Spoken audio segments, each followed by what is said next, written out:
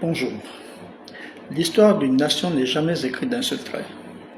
Elle est tissée par les fils de ses héros, de ses penseurs et de ceux qui, au péril de leur vie, ont refusé l'injustice. Dans cet article, nous allons remonter le temps jusqu'au début du XXe siècle pour honorer la mémoire d'un homme dont le nom résonne encore aujourd'hui comme un cri de résistance. J'ai cité Nyanda Makita Mavurulu. Je suis Michel Auger, administrateur de la page Souvenirs du Gabon, votre humble serviteur. Prenez place et découvrons ensemble la légende du roi de Langounié, l'histoire de la guerre du Bapounou et surtout l'indestructible héritage de Nyanda Makita. Bonjour. Mon nom est Mavurulu, Nyanda Makita. Et voici mon histoire pour les souvenirs du Gabon.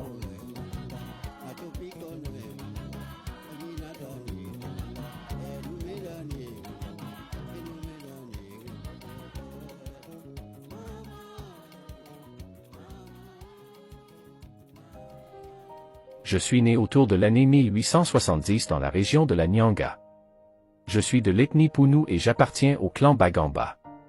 Pour avoir été un leader anticolonialiste, je suis une figure historique majeure du Gabon, reconnu comme un héros national et un symbole de la résistance à la pénétration coloniale. Mon insurrection commence entre 1906 et 1907, dans la Nyanga et s'étendra par la suite dans la Ngounié, région où mon père spirituel, Bombé Anyangé, combattait déjà depuis presque 4 ans, l'armée française et ses milices.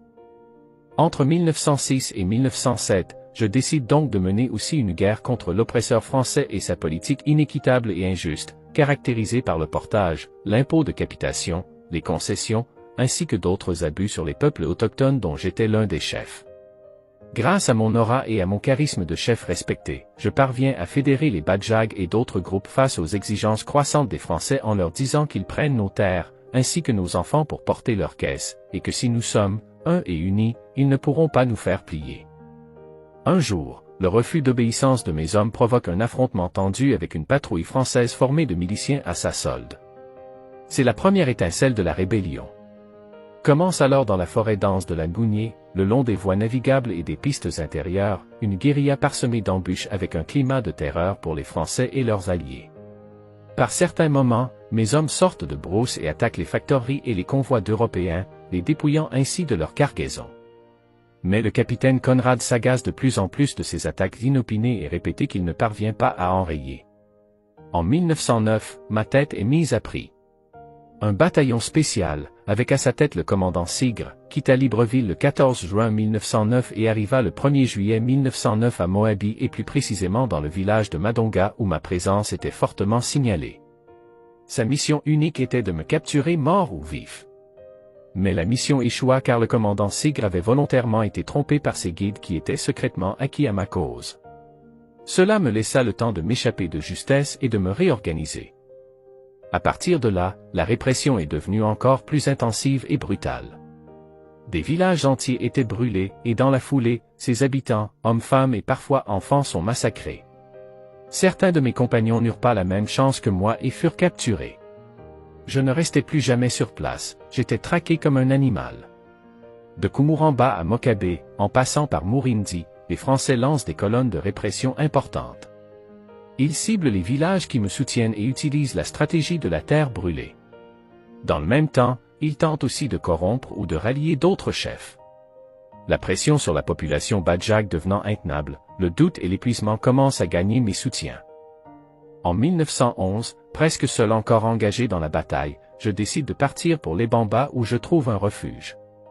Entouré de mes derniers fidèles, je suis confronté à une situation impossible. Continuer le combat et voir mon peuple décimé par la famine et la répression? Ou me rendre pour tenter de sauver ce qui peut encore l'être? La décision étant un sacrifice personnel, je m'adressais à ceux qui m'entouraient en ces termes. Mon combat n'a pas été vain, car ils savent maintenant que nous ne sommes pas des esclaves. Mais le prix est devenu trop lourd pour vous, pour nos femmes, pour nos enfants, j'irai seul à Ndindé. Quelques jours plus tard, j'arrivais à Ndindé, digne et seul, pour me rendre au chef de poste français. Je me suis abstenu de lui demander quoi que ce soit pour moi-même, mais la clémence pour mon peuple. Le 28 juillet 1911, peu de temps après que je me sois rendu, je décédais dans le lieu où j'avais été incarcéré. Exécuté probablement sur ordre du gouverneur du Gabon, Paul-Pierre-Marie Georges Cousturier et du gouverneur général de l'AEF, Martial-Henri Merlin. Aujourd'hui dans plusieurs villes du sud du Gabon, des stèles ont été érigées en hommage à moi, comme à Moabi et à Ndindé.